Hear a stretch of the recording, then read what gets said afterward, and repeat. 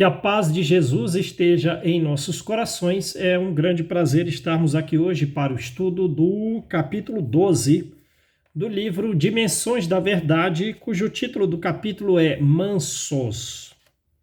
Manso já nos lembra o capítulo 9 do Evangelho segundo o Espiritismo, bem-aventurados os brandos e pacíficos, né? Mas vamos aqui com Joana de Ângeles.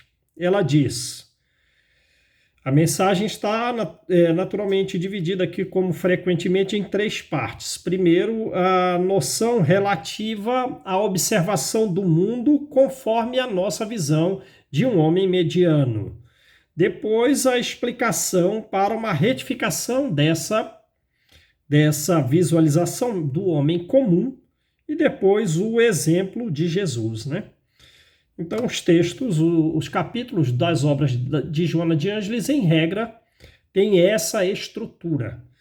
Então, vamos lá, ela diz assim: aqui, a impiedade ao passar deixou profundos sulcos e o triunfo agora adorna a cabeça do déspota que vive indiferente à sorte do próximo. Ali, então aqui, ali, então ela vai colocar aqui pronomes adverbiais para falar a respeito da situação do mundo e da visão que nós temos do mundo. Então aqui a impiedade passou e quem está dominando é um déspota que vive indiferente ao destino dos outros. Ali, o poder faz morada no lar do verdugo cruel acostumado a perseguir. Adiante, os maus conseguem aplausos recepcionados pela afabilidade geral entre sorrisos e festas. Tens, assim, a impressão de que a terra está convertida num covil de salteadores e que a honra, incompreendida honra, silenciou sua voz, sendo substituída pelo descalabro moral. Diante das facilidades de que tantos se utilizam e que essas facilidades estão ao nosso alcance, indagas: não será loucura permanecer no posto a que me atenho? Uma postura mais nobre, uma postura de uma conduta moral justa, de uma conduta moral reta, todo mundo utilizando as facilidades e elas também estando ao nosso alcance. Não é uma loucura permanecer no posto? No posto de uma conduta reta? E confrontas alguém que te parecia a personificação do equilíbrio, foi arrastado vilmente pela cobiça e o erro. Então veja, ela diz, ela confrontas, é como se fosse um digladiar de ideias no nosso raciocínio, né? Vemos o aplauso oferecido e o sorriso oferecido aos maus, vemos os déspotas que dominaram determinada região e vivem diferente ao destino dos outros, que o poder está com o verdugo que ele tem por costume perseguir, e cremos assim que a terra está convertida num covil de salteadores. E que seria uma loucura a nossa permanência com uma conduta moral mais reta, mais adequada. Aí já confrontamos, quer dizer, é um digladiar de ideias da nossa própria interpretação. Alguém que parecia equilibrado foi arrastado à cobiça e ao erro. Outrem, de valor aos teus olhos, revelou-se dinopino, de repente, servo de interesses subalternos, interessando-se, mostrando-se vassalo de paixões animalizantes, mostrando-se submisso de paixões animalizantes, alguém que parecia ter valor aos nossos olhos.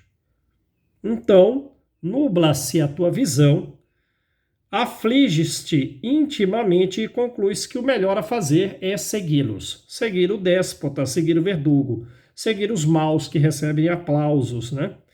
Seguir os que caem na cobiça, caem no erro e que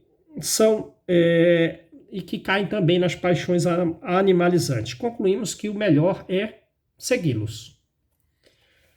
E ela nos recomenda: Refaze, porém, os painéis morais da tua mente.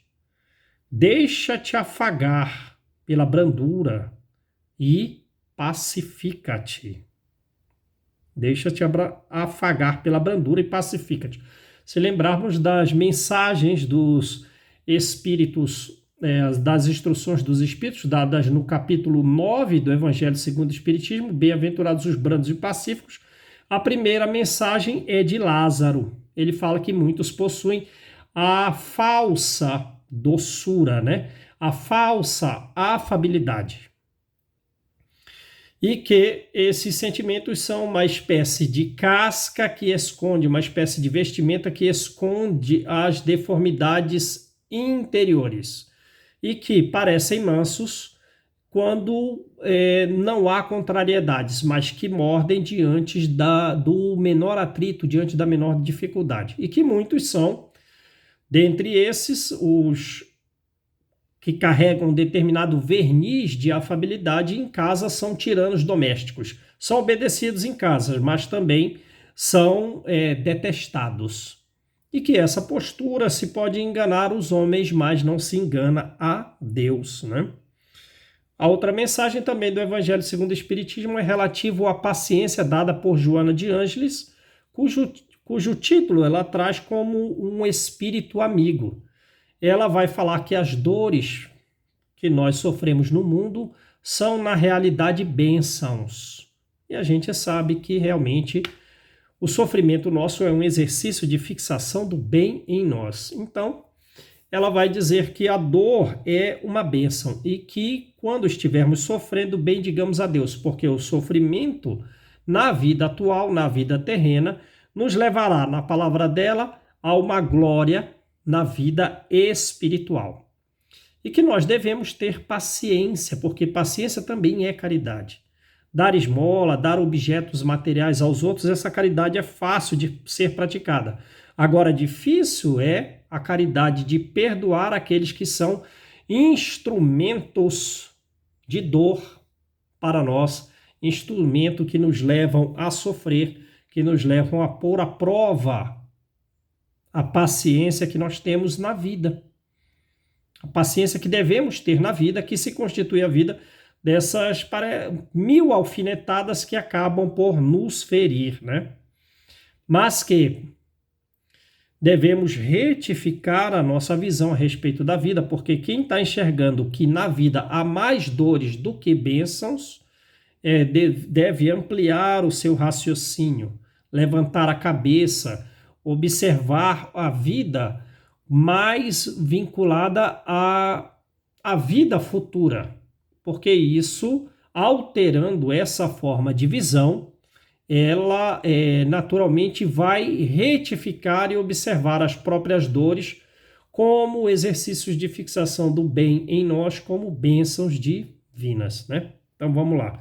Então continua aqui com Joana. O macrocosmo é constituído de átomos que são, por sua vez, universos miniaturizados. Os átomos são universos miniaturizados e o próprio macrocosmo é constituído deles, dos átomos. A floresta impenetrável é dependência do filete d'água que lhe alimenta as raízes no imo da terra. O sol, imponente, gasta-se enquanto consome massa e energia. Então ela está comparando os benefícios divinos para nós, né? Do universo, da floresta, que depende de filetes mínimos de água, o macrocosmo formado de átomos minúsculos e o Sol se consumindo a sua massa para a produção de energia que traz a vida a todos no planeta, né? A todos os seres vivos. E ela continua. A vida moral e a vida espiritual na Terra, do mesmo modo, é serva de 1000 insignificâncias nobres de que o Senhor se serve para a construção do mundo melhor. Então, as dificuldades que nós observamos aqui e ali, como ela narrou no primeiro item, nós não sabemos, mas essas 1000 insignificâncias, 1000 alfinetadas que nós todos sofremos, são base para a construção de um mundo melhor, para a formação de uma vida moral e uma vida espiritual mais elevada na Terra. E nessa visão melhor, é imperioso que permaneçamos no posto de servir. Ela diz, é imperioso que permaneças no posto de servir. Deus é verdade, não tem pressa. Apesar disso, tens infinito caminho a percorrer na senda evolutiva. Infinito caminho a percorrer na senda evolutiva, né? Só não vamos atingir o nível divino, mas não se pode ultrapassar a Deus, né? Mas se pode elevar tão alto, porque a posição de que Deus é inalcançável se dá pela imaginação de que não se pode ter alguém superior a ele. Vejam então quanto pode crescer o espírito humano. No livro Mensageiro, como nós já falamos aqui algumas vezes, algum espírito que está participando da direção do planeta Terra deseja ir talvez para Marte, para Saturno, ou para Saturno ou Júpiter, falei errado, Saturno ou Júpiter, alguém que está em Saturno ou Júpiter deseja ir para o Sol, alguém que está no Sol deseja ir para o centro da Via Láctea e terminamos por aí, porque o progresso continua para o espírito humano. Alguém que toma conta da Via Láctea inteira. Então vejam aí. O que ela diz, apesar disso, apesar da falta de pressa de Deus, temos um infinito caminho a percorrer na senda evolutiva. Cuida desde agora de exercitar a mansuetude e a cordura. Né? A mensagem de Hahnemann, no final do capítulo 9 do Evangelho, fala justamente isso, que o homem falsamente acredita que ele não pode se retificar, que ele não pode se consertar. Então ele não tece esforços para corrigir-se. E quando ele erra, mesmo com relação à cólera, com relação à raiva, ele culpa então a Deus e ao seu próprio organismo, dos erros cometidos.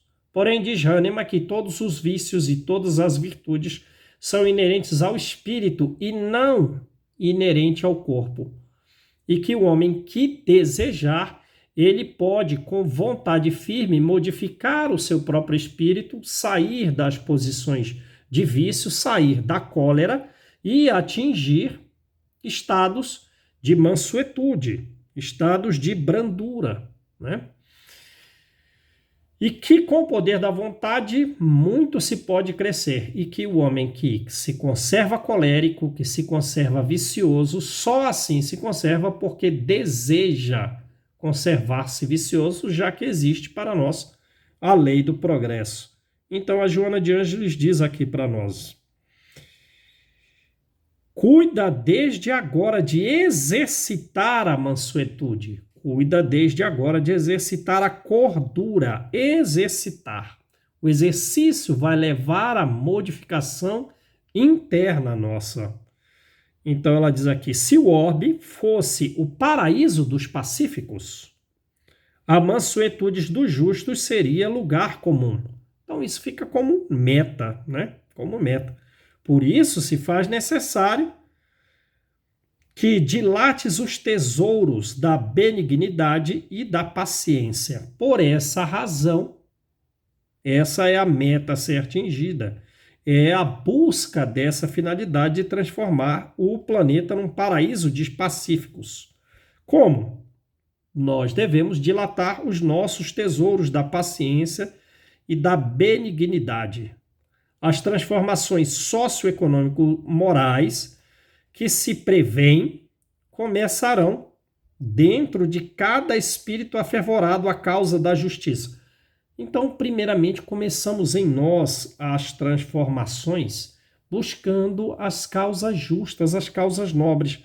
E assim, de um em um, a sociedade estará transformada socioeconômico-moralmente. A humanidade começa na célula homem.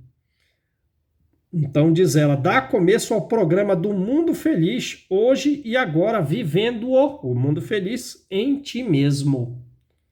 em ti mesmo, em nós próprios, comecemos a viver o programa do Mundo Feliz.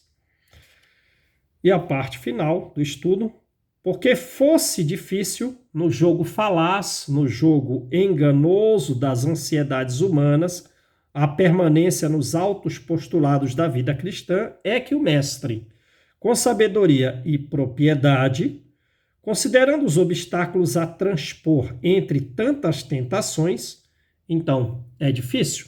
É. A permanência numa postura justa, numa postura moralmente elevada, é difícil. Por isso que Jesus nos disse, considerando os obstáculos a transpor entre tantas tentações, nos animou com elevado prêmio, informando o que para nós? Bem-aventurados os mansos, porque os mansos herdarão a terra.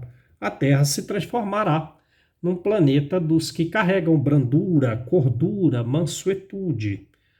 E que os que não estiverem afeitos a esses sentimentos, não estiverem na média, pelo menos na média desses sentimentos, talvez não renasçam mais na terra, né? Que Jesus nos abençoe, muita luz, muita paz a todos os corações.